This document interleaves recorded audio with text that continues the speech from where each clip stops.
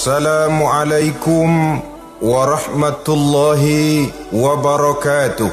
Waalaikumsalam warahmatullahi wabarakatuh. Alhamdulillahi rabbil alamin. Wassalatu wassalamu ala ashrafil anbiya'i wal mursalin Sayyidina wa maulana Muhammadin wa ala alihi wa ashabihi al-mujahidin at-tahirin, amma ba'du. Saudara-saudara kaum muslimin seiman dan sekeyakinan yang berbahagia, pada suatu hari seketika sedang berkumpul dengan para sahabat, Rasulullah pernah memberikan peringatan. Beliau bersabda, yushiku an tada'a alaikumul umamu kama tada'al akalatu ala qas'atiha. Pada suatu saat nanti akan datang di tengah-tengah kamu, wahai umat Islam, di mana orang-orang lain di sekeliling kamu akan bersatu mengerubungi kamu seperti bersatunya orang-orang mengerubungi makanan di atas meja hidangan. Akan datang satu saat nanti di mana kondisimu dikepung sedemikian rupa, yang barat mau menerkam, yang timur mau menghantam, yang selatan mau menginjak-injak, yang utara pun akan menjelajah. Kondisimu seperti makanan di atas meja hidangan. Sebagian sahabat merasa heran dan terkejut, lalu mereka bertanya, amin qillati nahnu yawma izin ya Rasulullah? Apakah jumlah kami pada waktu itu sedikit ya Rasul? Kami sampai dikepung sedemikian rupa? Beliau menjawab, bal antum yawma izin katsir. Sama sekali tidak. Kamu tidak sedikit pada saat itu. Bahkan jumlahmu sangat banyak. Kamu adalah mayoritas. Walakinnakum ghusa'un ka ghusa'is sail. Tetapi keadaanmu saat itu persis seperti buih di lautan. Banyak tetapi centang perenang.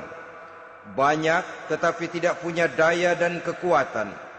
Banyak tapi dipermainkan gelombang lautan, dihempaskan ke tepian pantai tanpa punya makna dan arti.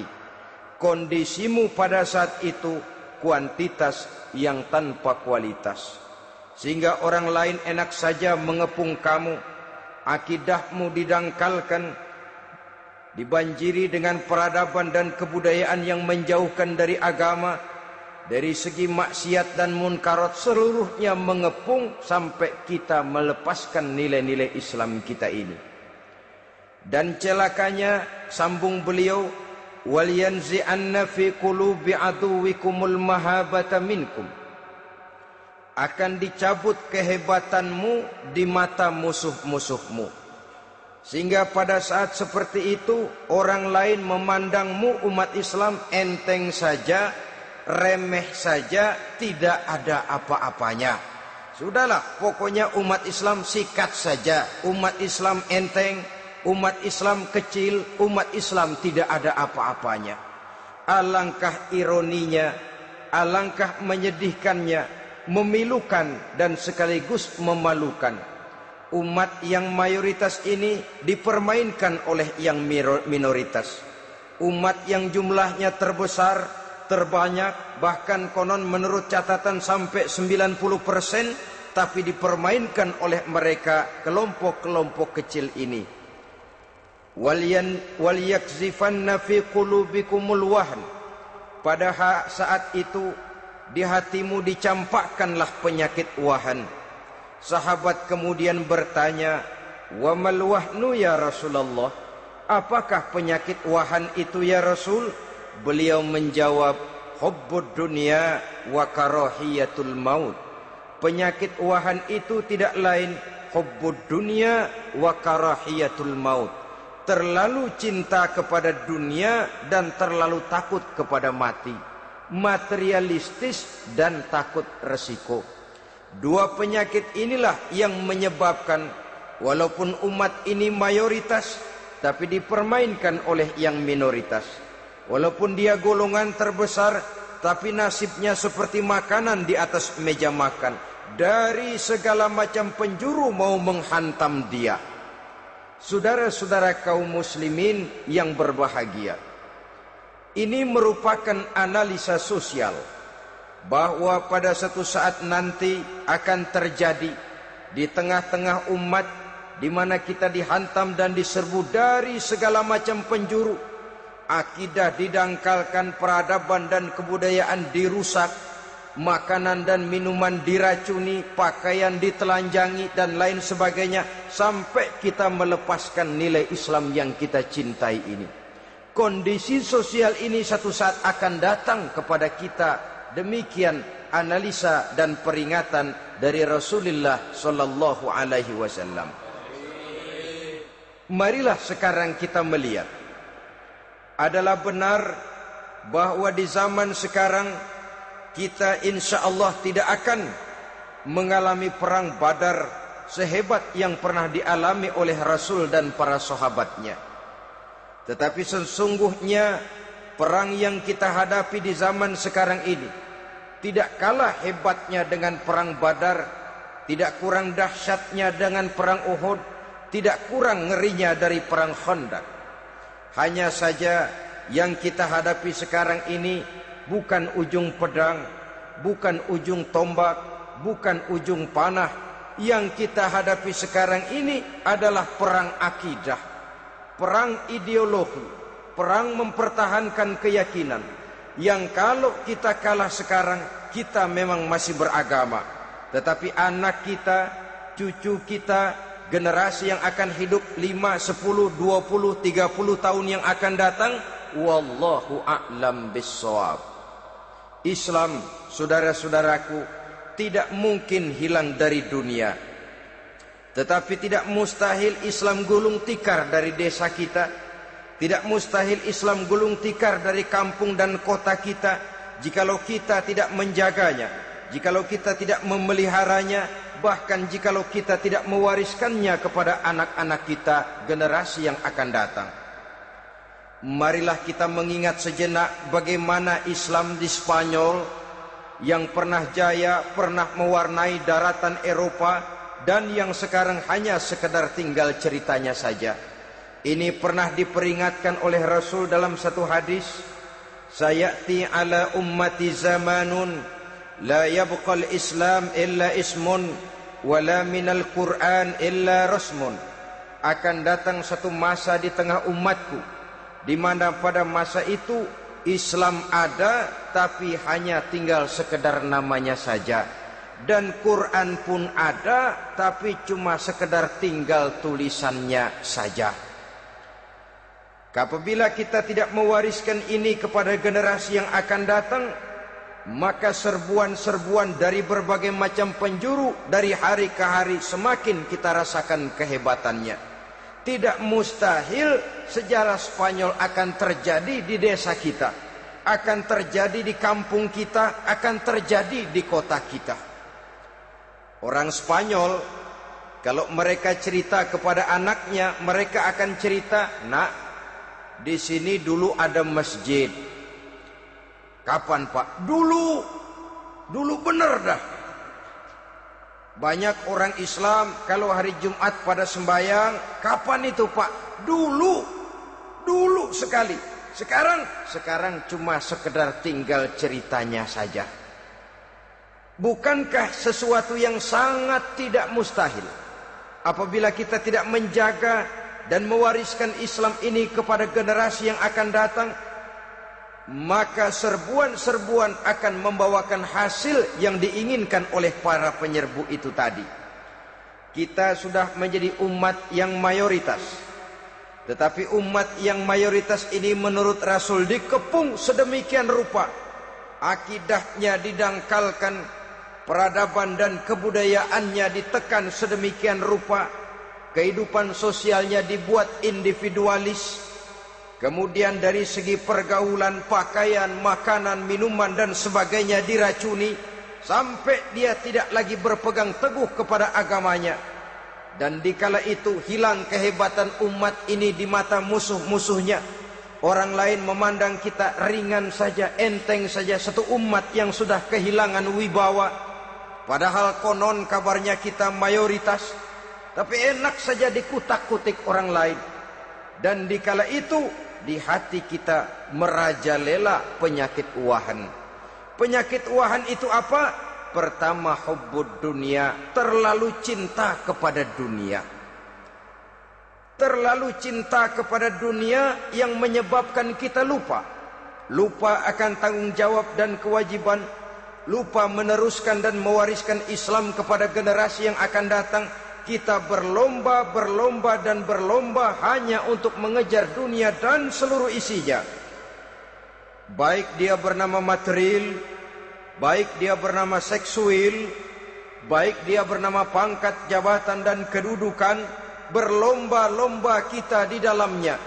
Sampai tercampaklah penyakit hubbud dunia di dalam hati ini.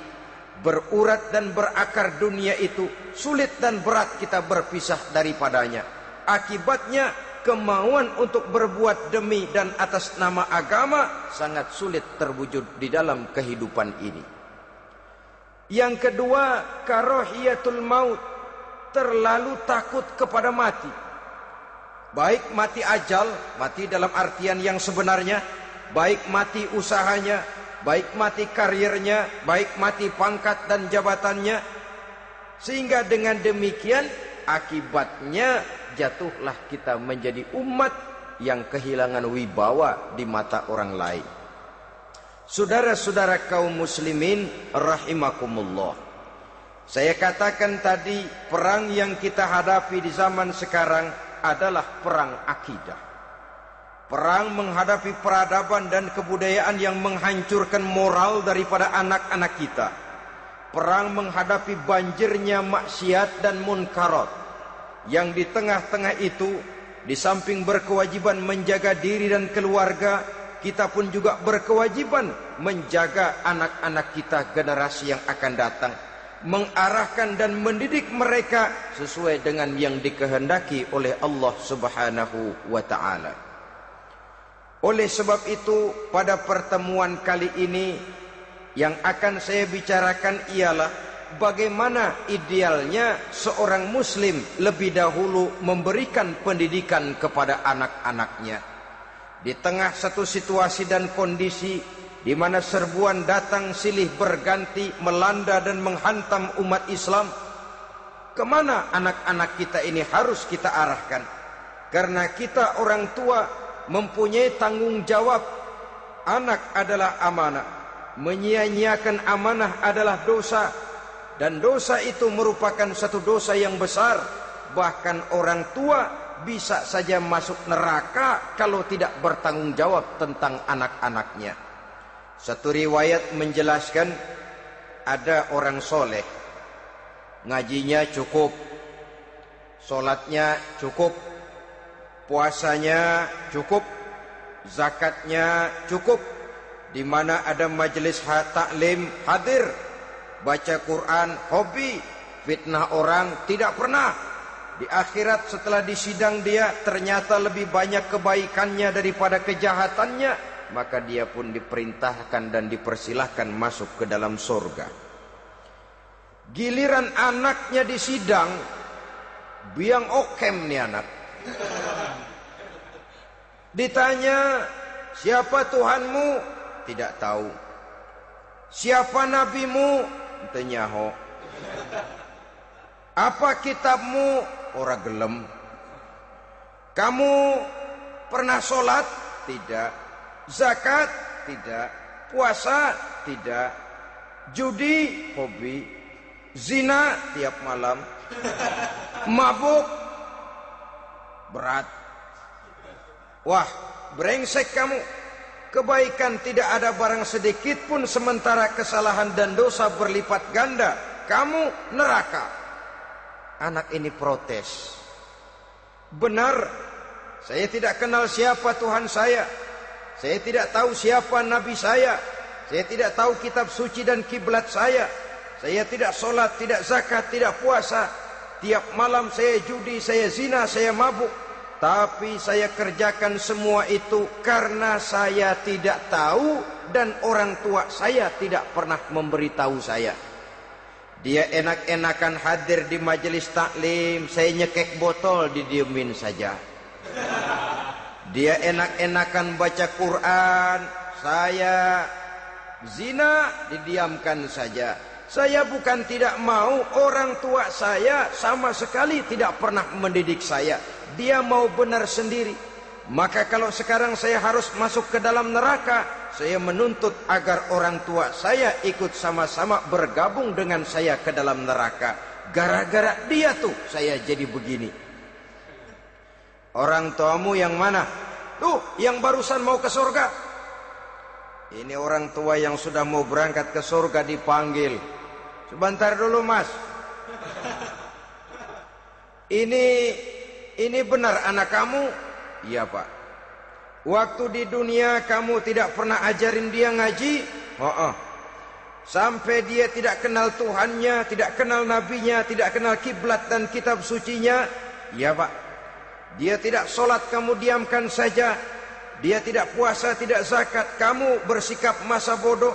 Bahkan dia judi, dia zina, dia mabuk, kamu pun berdiam diri saja. Iya pak. Tahukah kamu bahwa anak ini adalah amanah? Menyia-nyiakan amanah artinya khianat, dan khianat adalah dosa yang sangat besar. Kamu tidak bertanggung jawab, maka kamu, anakmu gabung ke dalam neraka. Saudara-saudara kaum muslimin rahimakumullah, itu sebabnya Allah pesan benar-benar, ya ayyuhalladzina amanu qu anfusakum wa ahlikum nara. Hai orang-orang yang beriman, jaga dirimu dan keluargamu, istri, anak, orang-orang yang menjadi tanggung jawab dan kewajiban kita, jaga dan pelihara mereka dari api neraka.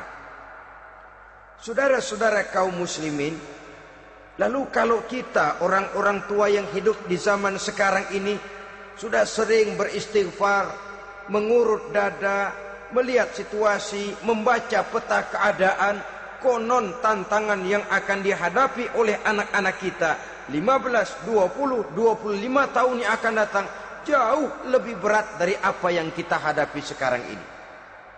Maka adalah wajar jika kita sebagai orang tua yang cinta kepada agama, cinta kepada anak-anak kita, berpikir untuk mewariskan nilai-nilai yang luhur ini kepada anak-anak kita generasi yang akan datang. Bagaimana pada mulanya kita harus mendidik mereka? Mari kita telusuri apa yang dicontohkan oleh Al-Quranul Karim. Orang-orang tua bijaksana yang diceritakan dalam Al-Quran, kalau sudah berpikir tentang anak-anaknya generasi yang akan datang, pendidikan pertama yang diberikan kepada anaknya ternyata adalah persoalan akidah. Nabi Ibrahim, pertanyaan yang paling merisaukan beliau buat anak cucunya ialah, ma ta'buduna min ba'di. Saudara bisa lihat surah Al-Baqarah ayat 133. Anak-anakku, kalau pada satu saat nanti aku, ayahmu ini sudah tidak ada lagi, meninggalkan kamu semua, meninggalkan kehidupan dunia ini, ma ta'buduna min ba'di, apa yang akan kamu sembah nak kalau ayah sudah tidak ada lagi? Jikalau ayahmu sekarang masih rajin ke masjid, melakukan rukuk dan sujud, i'tikaf dan membaca Quran, kalau satu saat ayahmu meninggalkan dunia ini, masihkah engkau mau ke dalam masjid? Masihkah engkau rukuk dan sujud? Masihkah engkau i'tikaf? Ma ta'buduna min ba'di, apa yang akan kamu sembah kalau aku ayahmu tidak ada lagi nak? Ditanamkan bukan hanya keyakinan bertauhid, sekaligus juga menyembah kepada Allah yang kita yakinkan dengan tauhid itu tadi. Bukankah berbeda dengan kita kebanyakan orang tua sekarang?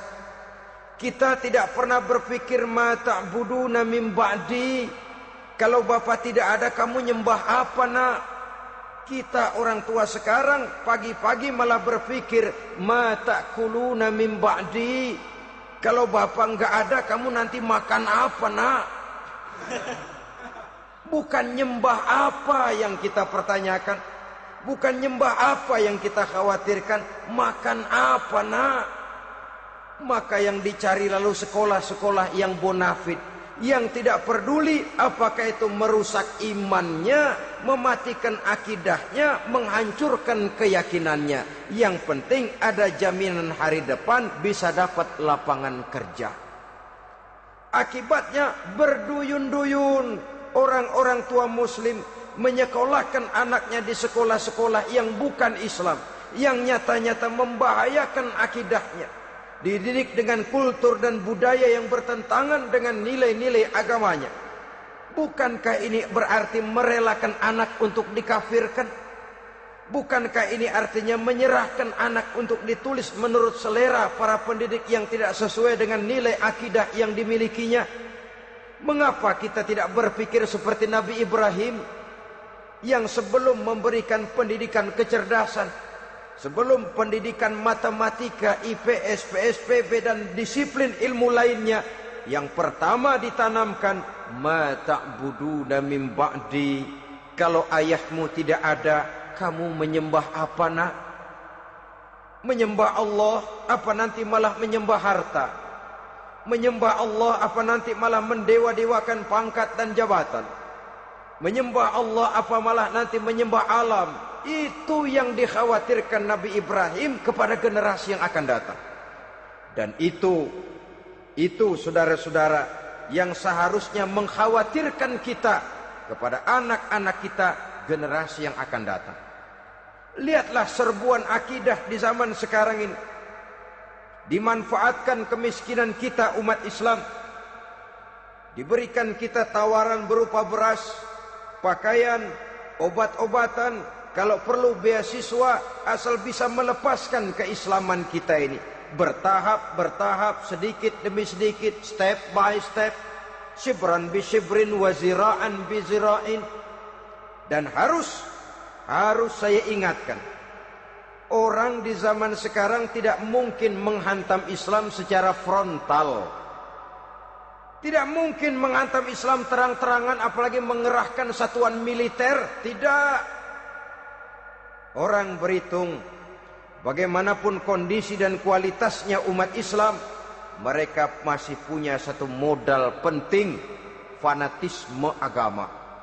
Kalau ini disulut, api jihad segera berkobar, dan hanya maut yang bisa menghentikan orang yang dibakar dengan semangat jihad. Orang tahu itu.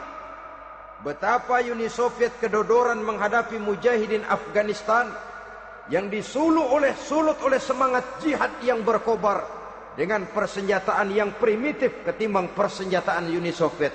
Entah mereka pantang surut mundur ke belakang. Jadi jangan mimpi bahwa orang mau menghantam Islam ini dengan melarang pengajian, meruntuhkan masjid, menyegel pondok pesantren. Tidak.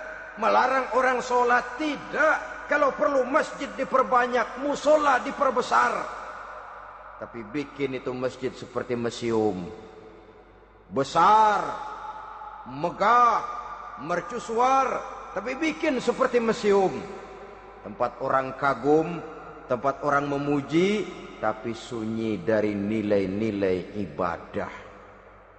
Saudara-saudara kaum muslimin, untuk sampai kepada penghantaman akidah, jalan yang paling mudah dirintis sekarang ini secara bertahap dan sistematis, memisahkan umat Islam dari Islamnya. Biarkan mereka bernama Muslim. Biarkan di atas kartu penduduknya tertulis agama Islam. Tapi tanamkan budaya-budaya yang menyebabkan cara bergaul mereka, cara berumah tangga mereka, cara bertetangga mereka, sampai kepada cara mereka berpakaian, cara mereka bergaul, cara mereka makan dan minum, cara mereka mendidik dan menyekolahkan anak, sama sekali tidak lagi mencerminkan nilai-nilai yang Islami. Itu sudah satu usaha yang paling praktis, memisahkan umat Islam dengan Islamnya.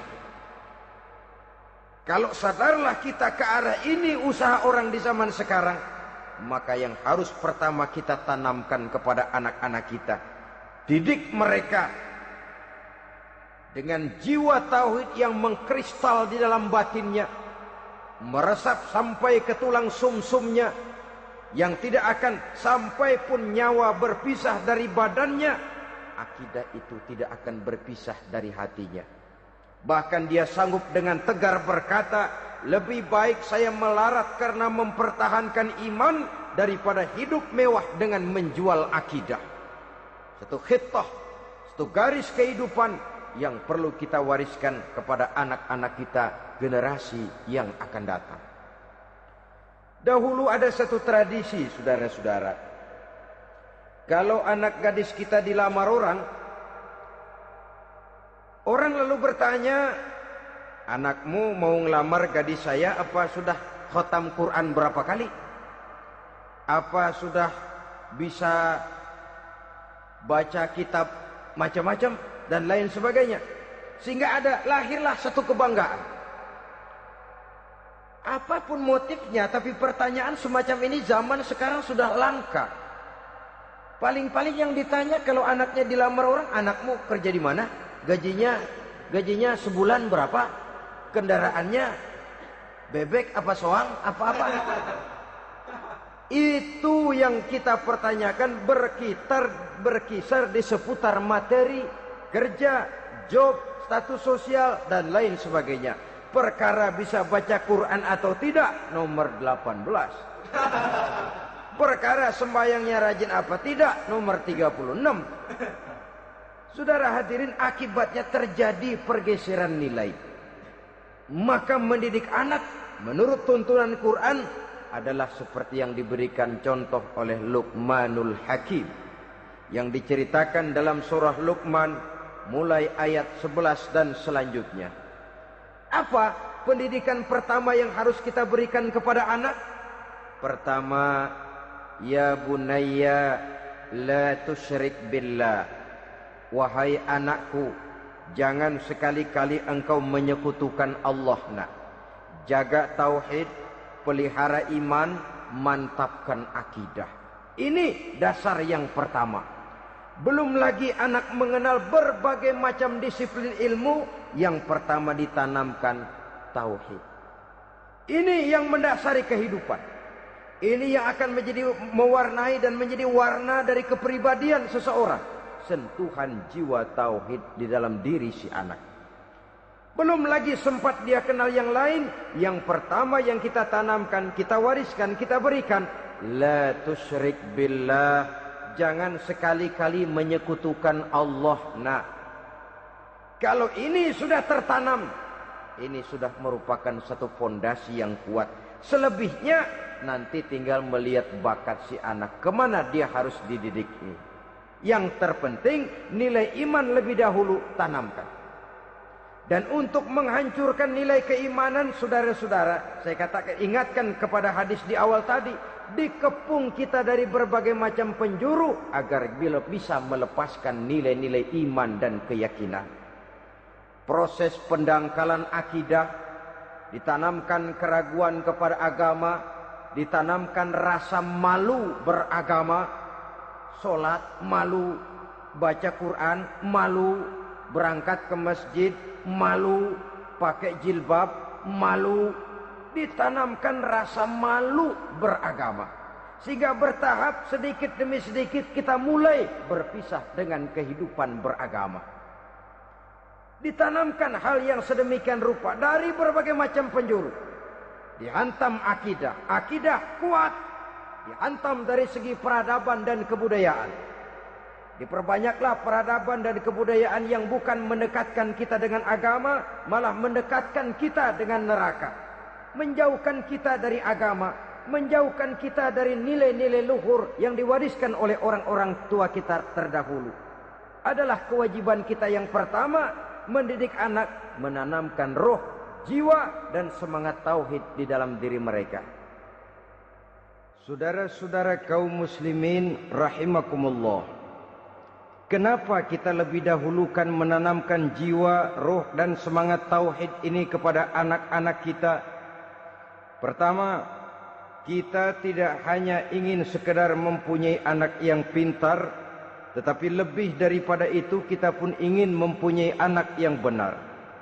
Segala macam disiplin ilmu, segala macam bentuk penalaran ilmiah dan pengisian intelektualitas manusia mungkin di satu sisi akan membuat dia pintar, tapi di sisi lain belum tentu akan membuat dia benar. Nabi pernah memberikan peringatan, man izdada ilman walam yazdad huda lam yazdad minallahi illa bu'da. Orang yang hanya bertambah ilmu pengetahuannya tapi tidak bertambah hidayah dari Allah, tidak makin mantap keimanannya, maka seluruh nilai-nilai ilmunya hanya akan menjauhkan dia dari Allah Subhanahu wa taala. Dan adalah lebih merupakan azab daripada nikmat kalau kita diberikan ilmu pengetahuan yang hanya akan menyebabkan kita semakin jauh dari Allah Subhanahu wa taala. Yang kedua, sesungguhnya roh, jiwa dan semangat tauhid yang melekat dalam diri anak pada puncaknya akan melahirkan satu disiplin murni yang tumbuh dari dalam dirinya sendiri, di mana si anak dalam kehidupannya merasakan dimanapun dia berada, kemanapun dia pergi, ia selalu merasakan kehadiran Allah dekat dalam hidupnya. Ia sadar sesadar-sadarnya bahwa tidak ada satu perbuatan yang bagaimanapun kecilnya yang bisa disembunyikan dari kekuasaan Allah Subhanahu wa taala. Yang ketiga, dengan penanaman roh, jiwa dan semangat iman ini, maka diharapkan anak-anak nanti pada pertumbuhannya sanggup mengendalikan hawa nafsunya. Dengan kata lain, bahwa penanaman jiwa tauhid, penanaman roh dan semangat keimanan ini merupakan kondisi dasar yang harus dilakukan sebelum yang lain-lainnya. Kemudian pendidikan kedua yang diberikan oleh Al-Quran melalui contoh dan model dengan Luqmanul Hakim ini, setelah menanamkan tauhid, ditanamkanlah kepada si anak ini rasa hormat kepada orang tuanya. Wa wassaynal insana biwalidayhi, dan kami wasiatkan kepada manusia untuk berbakti kepada ibu bapaknya. Hamalathu ummuhu wahnan ala wahnin, karena ibunya telah mengandungnya dengan kepayahan di atas kepayahan, maksudnya dengan kepayahan dan kelelahan yang berlipat ganda. Sehingga ketika Rasul ditanyakan orang, "Ya Rasul, siapa yang paling harus saya taati di dunia ini?" Beliau menjawab, "Ibumu." Kemudian, "Siapa lagi ya Rasul?" "Ibumu." Setelah itu, "Siapa lagi ya Rasul?" "Ibumu." Dan kemudian, "Siapa ya Rasul?" "Bapakmu." Ibu, ibu, ibu, bapak. Bahkan al-jannatu tahta aqdamil ummahat, surga berada di bawah telapak kaki ibu. Bagaimana menanamkan rasa hormat kepada orang tua di hati anak? Tentu yang pertama, bagaimana orang tua bisa memberikan keteladanan. Marilah kita sebagai orang-orang tua ini menyadari bahwa sebelum anak kenal sekolah dasar, sebelum anak kenal TK, ibtidaiyah, sanawiyah sampai kepada perguruan tingginya, yang pertama dia kenal adalah lingkungan rumah tangganya, gurunya adalah ibu bapaknya. Di sini berlakulah apa yang dinamakan keteladanan. Keteladanan jauh lebih berhasil daripada sekedar teori-teori yang muluk. Keteladanan jauh lebih berhasil daripada berbagai macam indoktrinasi dan penataran. Kurangnya keteladanan akan menyebabkan anak mencari pola. Apabila kita orang tua ini tidak bisa memberikan keteladanan yang baik kepada anak-anak kita, maka pada suatu saat anak-anak akan menganggap enteng dan kehilangan wibawa kita sebagai orang tua di mata mereka. Dikala itu akan sangat sulit kita membentuk kepribadian mereka. Bukankah di zaman sekarang ini kita banyak mengalami krisis wibawa, krisis figur? Ada yang karena rapotnya merah melulu, gurunya dikeroyokin. Pak guru pulang sekolah dicegat. Bahkan nyaris ada orang tua pernah dibunuh oleh anaknya sendiri. Dan lain sebagainya, kasus-kasus yang sebenarnya tidak perlu terjadi, karena memang bukan saja bertentangan dengan nilai budaya kita sebagai bangsa, tapi juga bertentangan dengan ajaran agama kita sendiri. Krisis wibawa, krisis figur, yang juga akibatnya harus kita sadari banyak faktor yang membentuk kepribadian anak. Pergaulannya, yang dibacanya, yang ditontonnya, yang disaksikannya di dalam kehidupan. Benar kita menyekolahkan mereka, tapi berapa jam mereka di sekolah? 6 jam, 7 jam paling lama. Sedangkan mereka hidup satu hari satu malam 24 jam. Kalau cuma 7 jam di sekolah, ini berarti lebih banyak dia di luar sekolah. Dan di luar sekolah itu artinya ya rumah tangganya, ya temannya, ya lingkungan di mana dia tinggal, yang seluruhnya sangat besar pengaruhnya dalam ikut membentuk kepribadian anak-anak kita. Saya katakan tadi, di samping kita menghadapi perang akidah, kita pun berhadapan di dalam perang menghadapi peradaban dan kebudayaan yang bukan saja menjauhkan kita dari agama, tetapi sanggup menghancurkan moral daripada anak-anak kita. Secara pribadi, saudara-saudara, saya iri, saya kagum misalnya dengan kemajuan yang diperoleh oleh negara tetangga kita, Jepang misalnya. Padahal tahun 45 ia pun hancur lebur oleh meledaknya atom di Hiroshima dan Nagasaki. Tapi bagai satu tenaga raksasa kemudian Jepang bangkit menjadi satu negara superpower di Asia.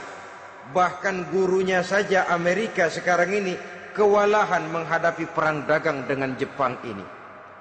Dan yang menarik, Jepang bisa maju dan modern dengan tetap menjadi Jepang, tanpa harus kehilangan identitasnya sebagai satu bangsa, tanpa harus kehilangan kepribadiannya sebagai satu bangsa. Sebagai negara yang sedang berkembang, kita sering latah. Kita ingin meniru Barat, tapi bukan teknologinya, westernisasinya yang kita tiru. Bukan isinya, kulitnya yang kita ambil. Akibatnya apa? Modernnya belum, orangnya sudah Barat. Bergaulnya sudah cara Barat, berumah tangganya sudah cara Barat, berpakaiannya sudah cara Barat, mendidik anaknya sudah cara Barat. Di mana ketemu orang tua cukup hello daddy. Kulitnya kita ambil, sementara isinya kita campakkan. Ironi dan menyedihkan.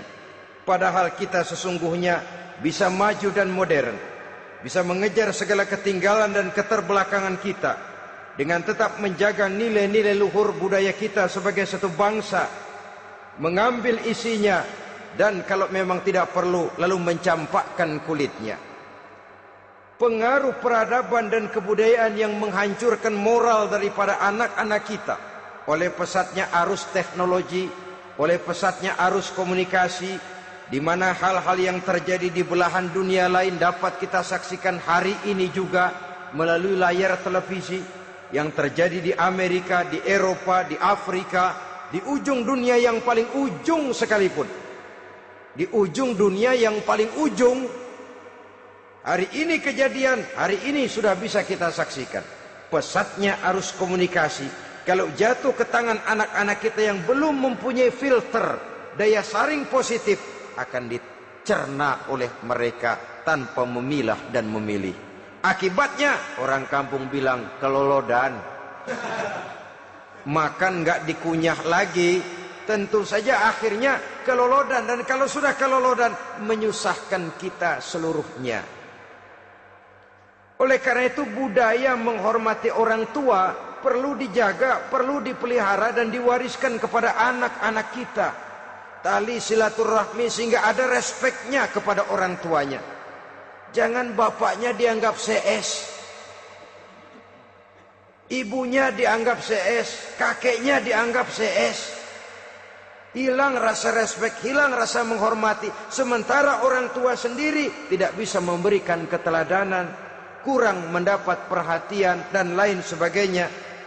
Apalagi kalau baik ibu maupun bapak adalah orang-orang karier yang setiap hari sibuk menghadapi tugas masing-masing. Bapak sibuk rapat, pindah kantor sana kantor sini, ibu sibuk arisan, besarlah anak-anak di tangan pembantu dan lain sebagainya, sehingga dia merasa kurang mendapat perhatian, dan ini akan ikut membentuk warna dari kepribadian yang dimilikinya. Sampai kepada pelosok-pelosok desa, jaringan televisi memang menguntungkan. Tapi kalau sudah sampai kepada menayangkan budaya-budaya yang tidak sesuai dengan pola di mana mereka tinggal, pola lingkungannya, dan ingin mereka terapkan dalam kehidupan, ironi dan menyedihkan. Maka sering dikatakan, jikalau ABRI masuk desa, rakyat beruntung. Jikalau listrik masuk desa, rumah jadi terang. Jikalau koran masuk desa, rakyat jadi cerdas. Jikalau hakim masuk desa, rakyat lalu sadar hukum. Tapi jikalau maksiat dan munkarat masuk desa, minuman keras masuk desa, judi masuk desa, pelacuran masuk desa, rakyat tentu kiamat. Dan kita harus punya budaya untuk memilah dan memilih, mempunyai filter untuk jadi daya saring positif. Oleh karena itu, saudara-saudara, tahap kedua setelah menanamkan jiwa tauhid kepada anak, tanamkan rasa hormat kepada orang tuanya. Orang tua itu ibu bapaknya, orang tua itu guru-gurunya yang mengajarkan dia, atau yang dianggap tua yang lebih senior dari dia.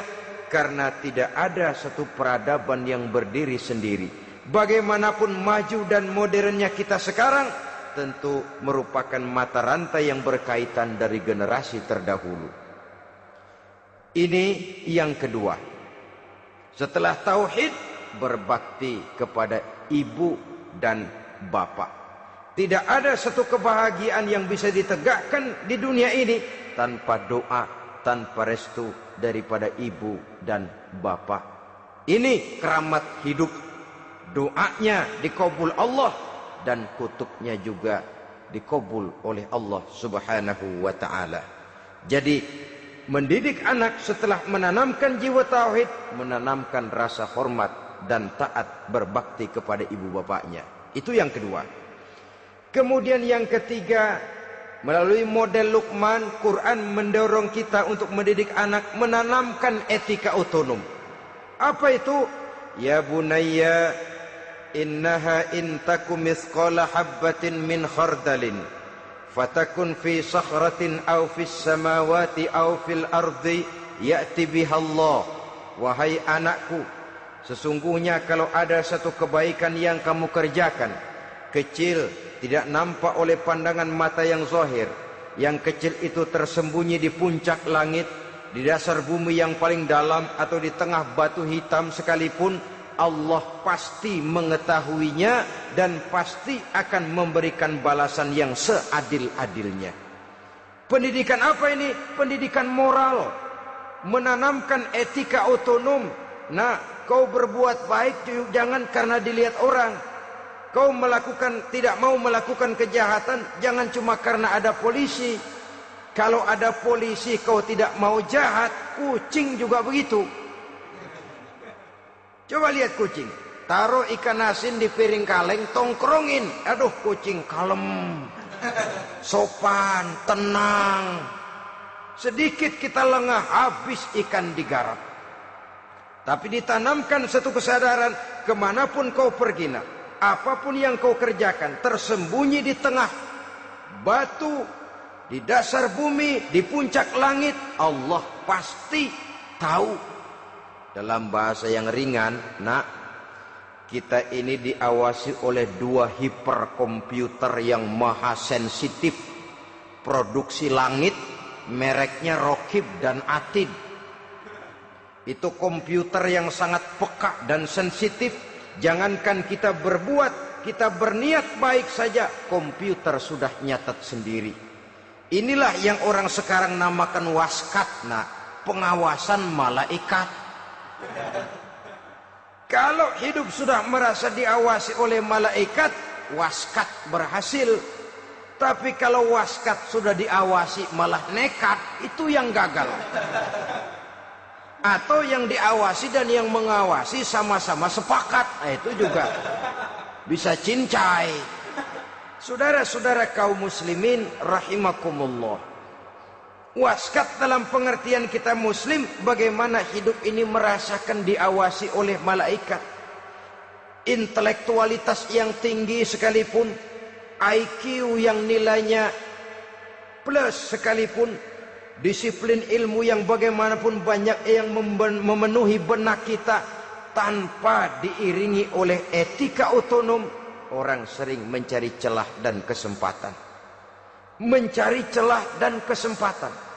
Tapi kalau sudah merasa, kemanapun saya pergi, dimanapun saya berada, kebaikan bagaimanapun sekecilnya saya lakukan, toh Allah pasti akan memberikan balasan. In khairan fa khairun, wa in syarran fa syarrun. Jikalau baik, baik balasan yang kita terima. Jikalau jahat, jahat kejahatan yang kita terima. Kalau sudah ke arah ini kita berpikir, maka sesungguhnya kalau kita berbuat baik kepada orang lain, hakikatnya kita sudah berbuat baik kepada diri kita sendiri. Lalu tidak ada merasa rugi berbuat baik kepada orang. Karena manakala dia melakukan kebaikan kepada orang lain, artinya dia sudah berbuat baik untuk dirinya sendiri. Jadi setelah tauhid, kemudian berbakti kepada ibu bapak, yang ketiga baru pendidikan tentang akhlak, tentang moral. Pola ini yang sering terlupakan oleh kita, bahwa bagi kita itu pendidikan tidak lain upaya mencerdaskan otak anak. Jangan sampai sebab ini kelihatannya pembangunan makin maju, persaingan hidup makin tajam, tensi ekonomi semakin tinggi, sementara jumlah tenaga kerja dengan lapangan kerja yang tersedia jauh dari mencukupi. Jikalau tidak membekali anak dengan pendidikan yang menunjang lapangan pekerjaan, orang tua khawatir, takut sekali anaknya jadi gelandangan. Dikhawatirkannya kehidupan dunia ini, sementara dia lupa kalau anaknya bisa jadi gelandangan di akhirat. Padahal selama-lamanya gelandangan di dunia paling seumur manusia itu 60 tahun, 70 tahun lah umur orang sekarang. 70 itu sudah luar biasa itu. Tapi kalau harus menggelandang di akhirat, menjadi gelandangan di akhirat, alangkah menyedihkannya. Apakah akan kita korbankan satu kehidupan yang langgeng, abadi, cuma karena tertipu oleh fata morgana dan kamuflase? Kita korbankan yang sedikit, kita korbankan yang besar karena kita memilih yang sedikit. Dalam bahasa Al-Quran memang pernah diceritakan hidup ini hakikatnya perlombaan, saudara-saudara. Perlombaan. Dan di dalam perlombaan itu ada yang menang, ada yang kalah. Al-Quran lalu memberikan peringatan, Alhaakumut takatsur, kamu telah lalai karena berlomba-lomba memperbanyak harta, mempertinggi pangkat dan kedudukan, hatta zurtumul maqabir, sampai kamu akan masuk ke liang kubur baru sadar. Apalagi kalau nafas sudah sampai di tenggorokan.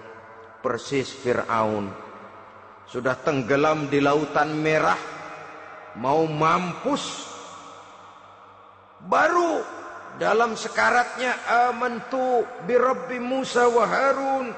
Kalau begini caranya, saya juga percaya kepada Tuhan Musa dan Harun, percaya kepada Allah. Sudah mau mati, baru amantu bi Rabbi Musa, kami percaya kepada Tuhan Nabi Musa, kata Fir'aun. Malaikat maut kesal benar, dilelepin terus di laut, mampus tuh sekalian. Hidup ini memang kita berlomba. berlomba dengan waktu, berlomba dengan umur, berlomba dengan tenaga, berlomba dengan tetangga. Yang jangankan kita sampai mundur, berhenti saja sejenak, kita akan ditinggalkan oleh yang lain. Tiada kata mundur, bahkan tiada kata berhenti. Sekali kita melangkah, melangkahlah terus. Tapi berlombalah seperti yang dikehendaki Quran. Fastabiqul khairat. Berlomba-lombalah di dalam kebajikan. Jangan berlomba-lomba di dalam kemaksiatan, kemunkaran, kejahatan. Berlombalah dalam urusan kebaikan. Saudara-saudara kaum muslimin rahimakumullah. Tauhid, berbakti kepada ibu bapa, kemudian pendidikan tentang moral. Apabila pendidikan tentang moral sudah tertanam, barulah lihat bakat si anak. Kemana bakatnya? Anak saya kelihatannya dari kecil demennya main bedil-bedilan saja. Beri kali itu. Kirim ke Magelang, masukkan akabri. Tapi dengan syarat 3 itu tadi. Iman sudah tertanam, rasa bakti kepada ibu bapak sudah ada, dan punya nilai moral. Sehingga boleh jadi nanti dia menjadi jenderal yang beriman, yang berbakti kepada ibu bapaknya, dan punya moral yang tinggi. Kan lebih baik rakyat rendah tapi akhlaknya tinggi, daripada pejabat tinggi tapi moralnya rendah. Jauh lebih baik rakyat rendah punya moral tinggi ketimbang pejabat tinggi punya moral rendah. Nilai moral ini yang jadi ukuran dan barometer di masyarakat. Yang ini yang sering kita lupakan, bahwa kehancuran satu bangsa dimanapun di dunia ini selalu dimulai dengan kehancuran moral daripada bangsa itu sendiri. Sekarang membina nilai moral ini berat. Gadis kita, remaja, putri, diberikan pakaian jilbab, mungkin dia sendiri masih setengah-setengah, ditambah lagi oleh ledekan temennya. Jilbab lah kuno, bau sorga lah, bau masjid lah, bau menyan lah. Ditanamkan rasa malu untuk hidup dekat dengan agama. Kalau moral semacam ini sudah tertanam, sedikit demi sedikit kita mulai mengucapkan selamat tinggal kepada agama. Dan kemalangan apa yang lebih malang kalau kita sudah jauh dari agama ini? Bukankah Islam telah menyelamatkan manusia dari penyakit jahiliyah dan membawanya kepada satu kehidupan yang maju dan modern? Kalau kita tinggalkan Islam ini, bukankah artinya kita akan kembali kepada satu zaman jahiliyah? Hanya saja jahiliyah itu berada di abad modern. Versinya tentu lebih modern. Kalau zaman jahiliyah dulu mabuknya pakai arak, zaman sekarang sudah macam-macam orang bisa mabuk. Kalau zaman jahiliyah dulu anak perempuan dikubur hidup-hidup, zaman sekarang kadang-kadang belum sempat lahir ke dunia, malah sudah dibunuh lebih dahulu. Versinya saja yang berbeda. Kalau di zaman jahiliyah dahulu manusia menyembah batu yang bernama Latta, Uzza, Manat, dan Hubal. Di zaman jahiliyah modern sekarang ini, orang sering menyembah kepala bagiannya, sering menyembah atasannya, sering menyembah komputer, sering menyembah teknologi modern yang lebih diyakininya daripada Allah sebagai keyakinan sentral di dalam hidupnya. Saudara-saudara kaum muslimin rahimakumullah. Jadi yang ketiga, nilai moral yang ditanamkan kepada anak-anak kita supaya dia bisa menghadapi tantangan-tantangan hidup yang semakin berat ini dengan tetap berpegang teguh kepada nilai-nilai moral yang diwarnai oleh jiwa keimanannya yang bersumber dari ajaran agamanya. 3. Kemudian yang keempat, barulah tatanan kehidupan sehari-hari. Apa kata Luqman? Ya bunayya aqimis shalah. Setelah bertauhid, berbakti kepada ibu bapa, punya nilai moral. Ya bunayya aqimis shalah, nak dirikan solat. Rumah tangga muslim. Anak berumur 7 tahun sudah berani meninggalkan solat. Kata Nabi, pukul. Bukan untuk menyakiti, untuk mendidik. Karena sayang kepada anak. Saudara-saudara, kita khawatir betul kepada anak. Kalau dia pulang dari sekolah, buru-buru kita sebagai orang tua bertanya, sudah makan nak? Sudah istirahat nak. Tapi jarang kita sebagai orang tua melontarkan, sudah sholat nak. Bahkan kita bisa memberikan sugesti kepada anak. Nah, kalau kau naik kelas 1 sampai naik ke kelas 2, bapak beliin sepeda. Tamat SD nak, motor. Tamat SMP nak, ke Bali kita. Tamat SMA nak, Singapura. Saudara-saudara, tapi kalau untuk urusan sholat misalnya, kita tidak pernah memberikan sugesti kepada anak-anak kita. Nah, kalau kau hafal Fatihah lengkap dengan artinya, bapak beliin sepatu. Nah, kalau kau bisa sholat dengan baik, cukup syarat rukunnya, bapak beliin sepeda. Ada rangsangan, ada sugesti yang membuat anak lebih tergerak untuk hidup dalam suasana keagamaan. Ya bunayya aqimis sholah, nak dirikan sholat.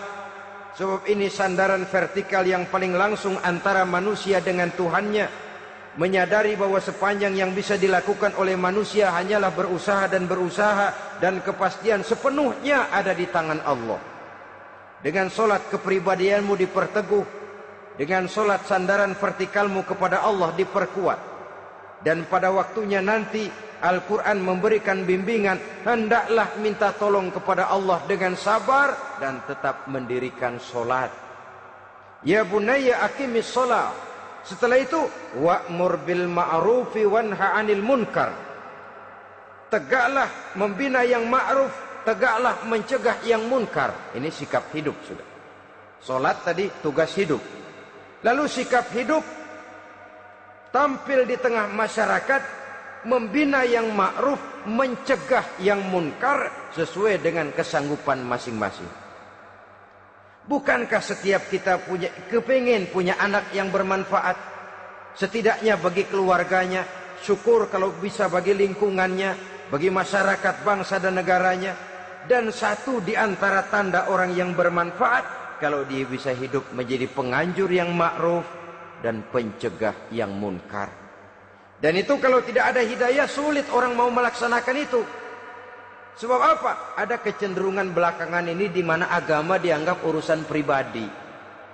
Sehingga orang lalu sering bilang, jangan bawa-bawa agama dah, itu kan bukan urusan agama.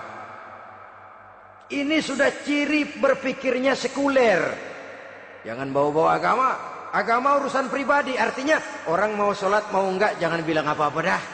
Urusan dia sendirian.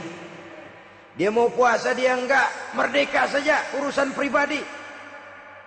Agama bukan persoalan pribadi. Apalagi jika sudah menyangkut amar ma'ruf dan nahi munkar, siap menegakkan yang baik, mencegah yang munkar untuk tegaknya satu masyarakat yang diwarnai oleh kebaikan dan terhindar dari segala macam kejahatan. Dan terus ayat-ayat selanjutnya mencerminkan sikap hidup. Namun yang intinya, cara mendidik anak yang baik yang dicontohkan oleh Al-Quran dengan Luqmanul Hakim sebagai model. Pertama, tanamkan tauhid. Yang kedua, tanamkan rasa hormat dan berbakti kepada ibu bapaknya. Yang ketiga, tanamkan moral, nilai akhlak yang tinggi. Setelah itu yang keempat, biasakan hidup dalam suasana keagamaan. Kontrollah sholatnya, kontrollah baca Qur'annya, kontrollah puasanya di bulan Ramadan. Ajaklah anak-anak sholat berjamaah, sehingga dengan demikian dia terbiasa oleh satu suasana yang mendekatkan dia dengan nilai agamanya. Dari sana diharapkan nilai-nilai ilmu yang didapatnya dari bangku sekolah akan menciptakan keseimbangan dengan yang ditanamkan oleh orang tuanya dalam bentuk yang dijelaskan oleh surah Luqman itu tadi. Sehingga apabila keseimbangan ini terwujud, akan menjalin keseimbangan dalam pola berpikir, dan keseimbangan dalam pola berpikir akan melahirkan keseimbangan dalam perbuatannya. Terwujudlah kita harapkan insan yang fid dunya hasanah wa fil akhirati hasanah. Inilah harapan kita semua. Mudah-mudahan Allah memberikan kekuatan kepada kita untuk mewariskan nilai-nilai yang baik kepada generasi yang akan datang, sehingga esok harus lebih baik daripada hari ini, dan lusa harus lebih baik daripada hari esok. Terima kasih atas perhatian saudara. Mohon maaf atas segala kekurangan. Usikum wa nafsi bitaqwallah. Wassalamualaikum warahmatullahi wabarakatuh.